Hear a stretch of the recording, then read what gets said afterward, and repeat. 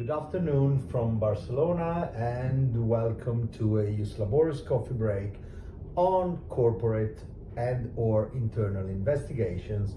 I am Marco Sideri and welcome to Anna Bond from Lewis Silkin. We'll be discussing investigation from a lawyerly point of view because the two things recently have met and merged. Internal investigation are more and more something that companies face because the cultural landscape has changed and so has legislation, as it often does. We've got the whistleblowing directive, but we have all sorts of regulatory frameworks for people who are willing to speak up and or to report potential wrongdoings in the workplace. Anna, what is the role of a lawyer in this context? Thanks, Marco. So I think lawyers are really well placed to run investigations for our clients. I think we obviously have a really deep understanding of the law and how it works. So underpinning the investigation that we do, we've always got a consciousness of the legal requirements and potential proceedings, events that might flow from that. I also think we have the relevant skill set. We're used to digesting huge amounts of information, producing written reports, that sort of thing. So I think it fits naturally within the wheelhouse of a lawyer.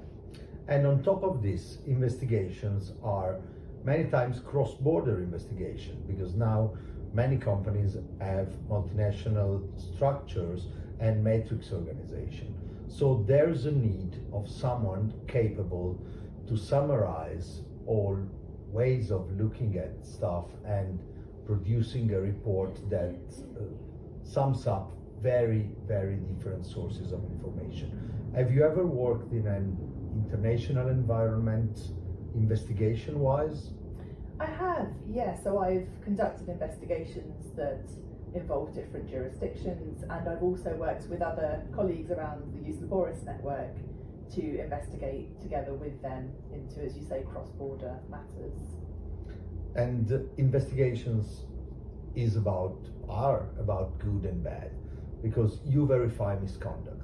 So that's very different from what we normally associate with legal advice because you are instrumental to reporting facts and verifying facts.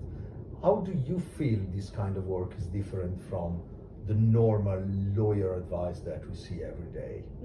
It is definitely different. I agree with you on that, in that I see the role of the investigator as being the person who is making the decision about what happened, whereas as lawyers, as you say, our job is to give a range of options, maybe advise as to which is the one we think is the sensible one.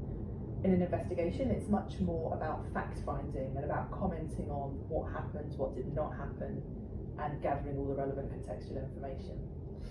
And is there a moment where your investigation report becomes a case?